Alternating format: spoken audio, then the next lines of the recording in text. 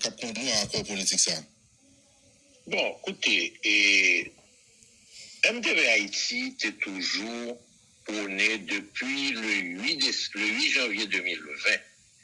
Dans un discours qu'on a fait, nous avons prôné que c'est pas une négociation pour nous arriver joindre un accord politique. Et nous faisons toute l'année 2021 et surtout au début de 2021 sous radio. Proposition pour que nous joignions un accord politique pour le départ de Jovenel le 7 février 2021. Et nous sommes toujours très clairs, et d'ailleurs, Religion pour la paix, t'es dit, nous sommes des sorties sur Religion pour la paix. Nous sommes une partie politique qui t'a approché Religion pour la paix avant 7 février, depuis le mois de décembre 2020, pour nous encourager à rentrer dans une médiation pour permettre le départ du président à la fin de son mandat le 7 février 2021. Nous étions quoi même là, c'est-à-dire que la très difficile pour que nous chita face à face avec des partis et des mondes que nous jugeons qui fait payer en plus de temps. Dernièrement, on a dit que avant l'arrivée de PHTK, pas de zone de non-droit en Haïti. Je dis à Haïti, c'est pratiquement un pays de zone de non-droit. Nous connaissons ça privé Petro-Caribé, nous connaissons massacre La Saline, nous connaissons massacre Belay. Donc, quelque part, nous croyons que faut que nous joignions un accord avec les que nous accusons de crimes financiers, de crimes de sang, parce que ça qu'on fait dans tout le pays, mais nous souhaitons que il y ait une médiation qui reparaît, n'a parlé avec un pile monde, que ce soit au niveau national, que ce soit au niveau international. Et d'ailleurs, nous-mêmes, de Haïti, nous pensons que une médiation qui a gagné un mélange, soit de personnalités ou d'institutions haïtiennes, avec une certaine participation de un ou deux groupes internationaux qui habitués à faire ça. Notre déclaration, c'est pour dire que, nous sommes unitaires dans dans ce désir de négocier. Je toujours dit pas unis. Je dis à de plus en plus que l'opposition se rassemble et exprime des positions, a exprimé des positions communes. C'est plusieurs travaux qui permettent nous arriver là. Nous parlons de réunion 26 là, mais comme dire que nous fait pratiquement une dizaine de réunions. Nous apprendre travailler ensemble pour que nous rapprochions en termes de chercher une solution pour le pays d'Haïti. Si vous avez qui clair, qui unit l'opposition haïtienne, c'est que nous avons dénoncé depuis plusieurs mois conditions de vie population haïtienne, non? Insécurité la vivre là. Regardez, m'a salué et jeune infirmière, il a assassiné samedi dimanche là.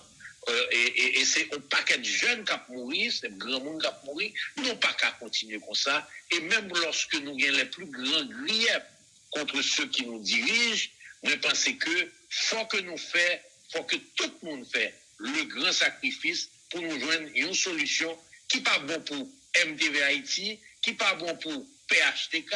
Mais avant ça, pour me faire une petite digression rapidement, pour me dire que zone de non-droit, pas véritablement courir ça avec Jovenel Moïse commencé. Non, nous sommes et après départ, zone 2004 et 2005, on a gagné une situation concernant Haïti avec un peu de kidnapping, avec des zones qui étaient extrêmement dangereuses. Et je à l'époque, mettez-moi quoi dans le bouche dans les autres. Qualifié zone de non-droit même. Qui ont été qualifié de zone de non-droit. Nous songez,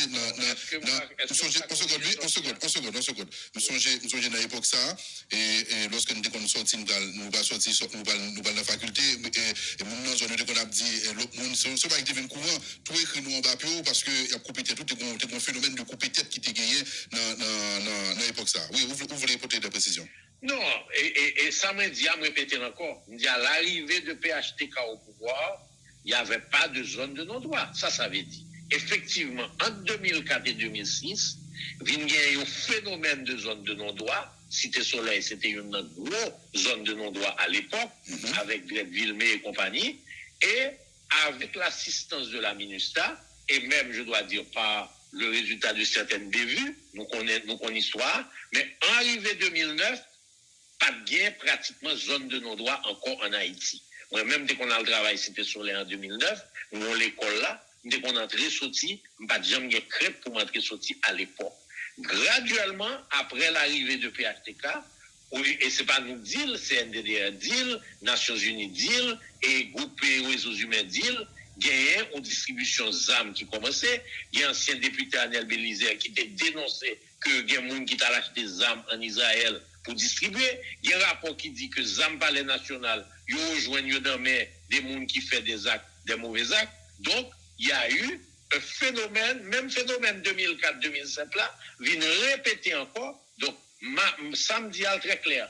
À l'arrivée au pouvoir, pas de zone de non-droit. Précision claire. Et pratique là est déjà là, mais lorsque PHTK est venu, pas de gagner des zones de non-droit actifs. C'est capable de dire ça comme ça. Maintenant, pour me retourner avec la question, est-ce que là, ces médiations de communauté internationale là, nous avons cherché pour nous joindre accord politique ça, ou même avec le collègue de l'opposition à évoquer là? Je ne pas croire qu'il y a une médiation capable de faire seulement par international là. Je crois que dans le pays d'Haïti, il y a des institutions qui étaient crédibles, il y a des personnalités qui étaient crédibles. Et nous sommes en 2014, lorsque le président Martelly demandé et entré dans une commission de médiation.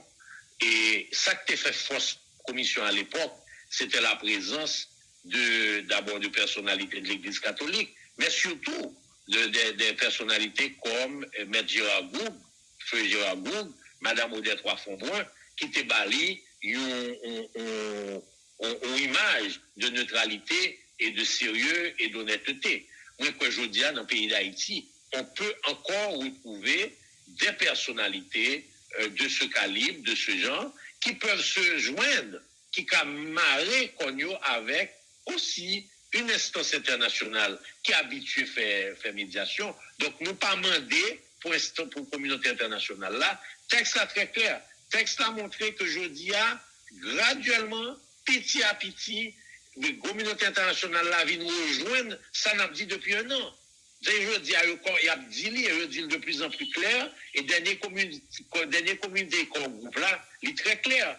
Ce qu'on dénonce aussi, ce qui est grave, c'est que l'organe et résolution Conseil permanent de l'OEA, il est très clair. Il demande au secrétaire général là pour lui prendre contact avec les parties prenantes du conflit, si on peut dire. Or, ceci n'a pas été fait. Or, comme on sait que Almagro, le secrétaire général, se rallie totalement, de manière aveugle, à toutes les positions de Jovenel, parce que Jovenel était ballon vote. Donc, je dis à nous interpeller tout Conseil permanent de l'OEA, parce que l'idée bagaille dans résolution, même secrétaire général, il passe plus. Est-ce que au niveau de l'opposition, nous gagnons des structures, de côté par nous, qui a rencontré la communauté internationale là, pour faire lobby pour position ça nous défendre là? Bon, pas que nous avons dit nos grosses structures. Nous sommes des partis politiques organisés et en tant que parti politique, nous avons des contacts avec toutes les instances nationales et internationales. C'est-à-dire que nous rencontrons des structures locales, nous avons parlé avec eux. Après-midi, on a rencontré un groupe société civile. Semble de structure, est-ce que nous faisons de façon ordonnée, ou bien chaque nous a cherché type par nous pour nous faire type ensemble avec lui, ou bien nous faisons de façon ordonnée avec un même message? Non, nous pas chercher. Bon, je crois que nous avons un même message là, et Robinson. Son message très clair, nous avons ensemble. Par exemple, tout ça, Robinson, nous dans la presse là, nous aimons diviser l'opposition pour nous montrer toujours divisé. Nous avons un message très clair. Nous menons la presse à montrer ça? Non, pas nous la presse qui montre ça. C'est pas nous-mêmes qui fait que semaine passée là, et Boris Jean-Charles te prend avec, comment on dit expression encore Daniel, te couille avec, il te tiré à boulet rouge sous. Et ben nous-mêmes qui fait Boris. Ma possibilité pour réagir, j'ai des divisions ça qui gagnent. J'ai des divisions ça qui gagnent en opposition, M. Boulos. C'est injuste si qu'on t'a mis sous dos et la presse. Il ne faut pas les exacerber. Écoutez, Robinson, il ne faut pas les exacerber. Et quelque part, il y a des presses qui aiment donner ce genre de micro pour pouvoir encourager ce genre de division. Moi, je crois que le temps est à l'union aujourd'hui. 5 partis et groupements, parce que pour ça, l'important à l'intérieur de groupements, ça y est, quand vous FND, quand vous êtes ensemble, c'est plusieurs groupes qui regroupent déjà. Donc, pratiquement, la signature de ces 5, c'est un regroupement de regroupement. Donc ça fait beaucoup plus que 5 partis en réalité qui mettaient tête ensemble et qui donnent un message clair.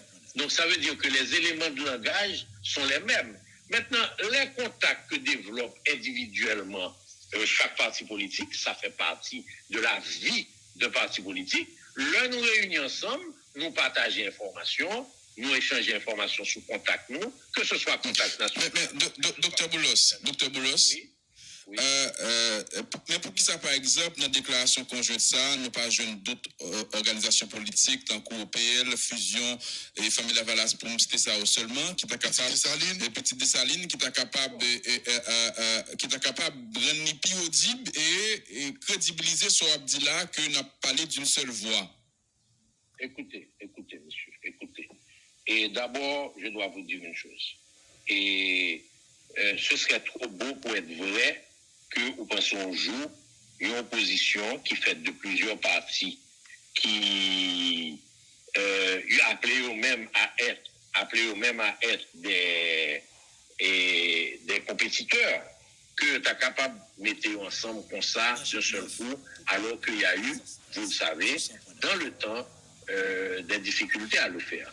Je crois que, au sortir au nombre de partis là, vous retrouvez effectivement dans notre groupement qui est les Diopodes, et nous en contact permanent, nous faisons réunion aussi avec Diopodes. Aujourd'hui, il ne faut pas qu'on pense qu'on puisse aboutir à une fusion de l'opposition, parce que ce sont des groupes qui sont appelés à aller aux élections en tant que compétiteurs. Mais si le message que nous voulons voir, c'est pour montrer qu'on n'a pas parlé d'une seule voix, nous t'as abouti là. Mais pour qui ça, par exemple, dans la déclaration conjointe, ça, nous pas joué nous dire pas de là, où j'en évoqué là. Pour ça va signer.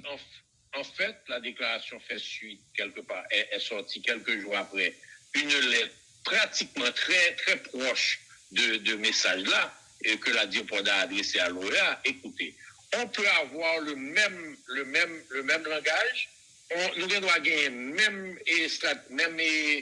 objectif là, il y a des différences de stratégie.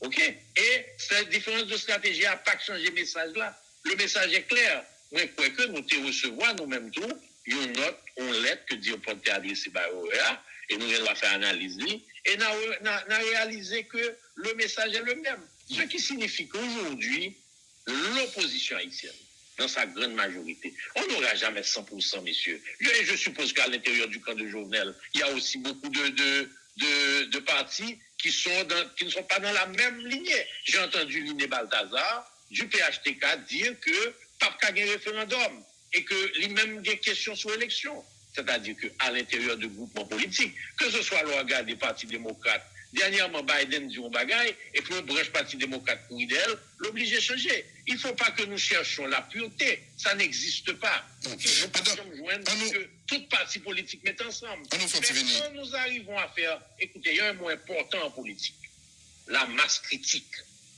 Quand nous arrivons à faire la masse critique de l'opposition qui dit, nous recherchons une négociation pour faire partir Jovenel, pour mettre en place un gouvernement d'union nationale, pour rétablir la sécurité, pour envoyer le CEP et mettre en place un nouveau CEP, un nouveau processus électoral honnête, libre, transparent. Écoutez, je crois que le message est clair. On regarde quelques points dans notre là. Bon, j'ai cité en face, une son table.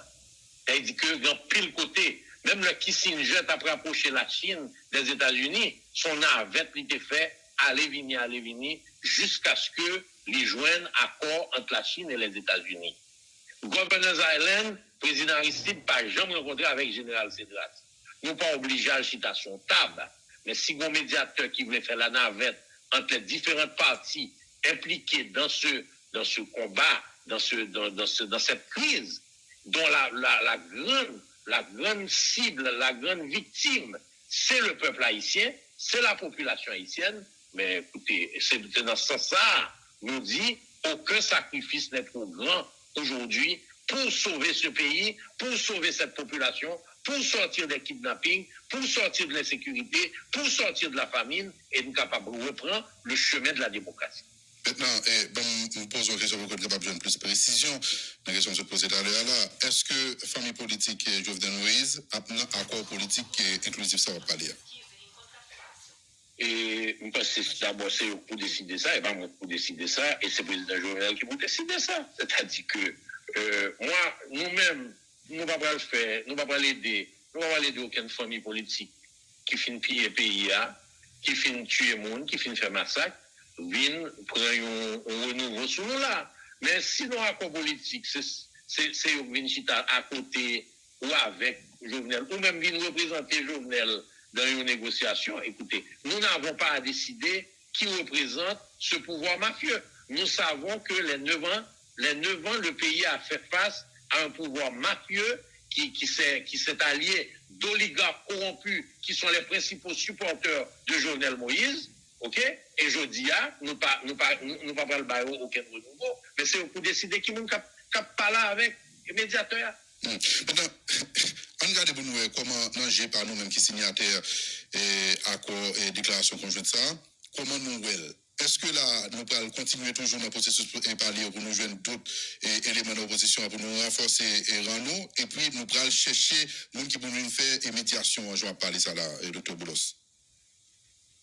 Je ne vais pas faire une question. Non, question, dans le point que nous sommes là, nous faisons 5 partis et regroupements politiques, mais peut-être ensemble, pour faire déclaration ça, pour faire ça au demandé à là, demander ça au demandé à là. Et il y a d'autres franges dans politique, dans l'opposition qui sont toujours là. Est-ce que nous continuons de dialoguer pour nous impliquer, faire venir allier avec les mêmes positions, nous demander pour nous jouer un accord politique et un accord inclusif avec qui implique tout acteur politique.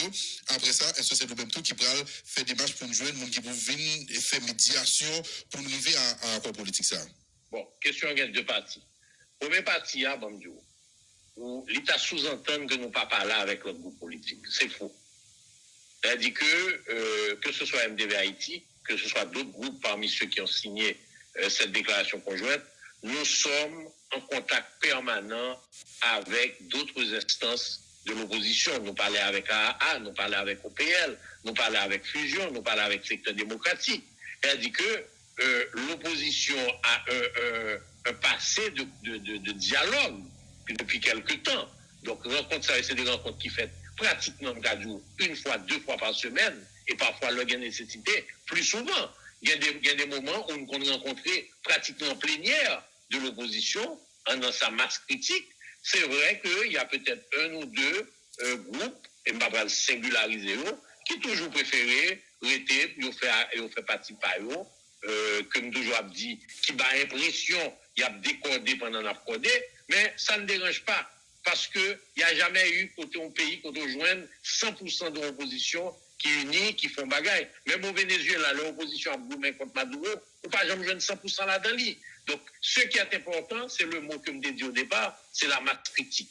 Est-ce que ça a réuni, ça a parlé entre eux, ils ont représenté une force assez importante, un poids assez important, et on est d'accord avec que déjà, les gens qui signent une déclaration conjointe, ce sont des groupes qui représentent un poids important sur l'échiquier politique. Nous parlons aussi à d'autres groupes, nous parlons avec eux, qui représentent des poids politiques tout, pour que dès que le moment sera venu et que l'opportunité sera donnée, écoutez messieurs, ce n'est pas nous qui avons fait marche arrière sur Religion pour la paix. C'est Religion pour la paix qui a fait marche arrière. Il y avait une masse critique de l'opposition qui était prête à aller à cette négociation. Il y a peut-être quelques secteurs qui n'étaient pas d'accord, mais la masse critique était présente et avait répondu positivement à Religion pour la paix. N'était-ce le retrait pour des raisons que nous ignorons de l'Église catholique, qui représentait, disons, la balance qu'il fallait à l'intérieur d'un groupe comme ça, eh bien peut-être qu'on serait très loin aujourd'hui. Et nous avons regretté que Religion pour la paix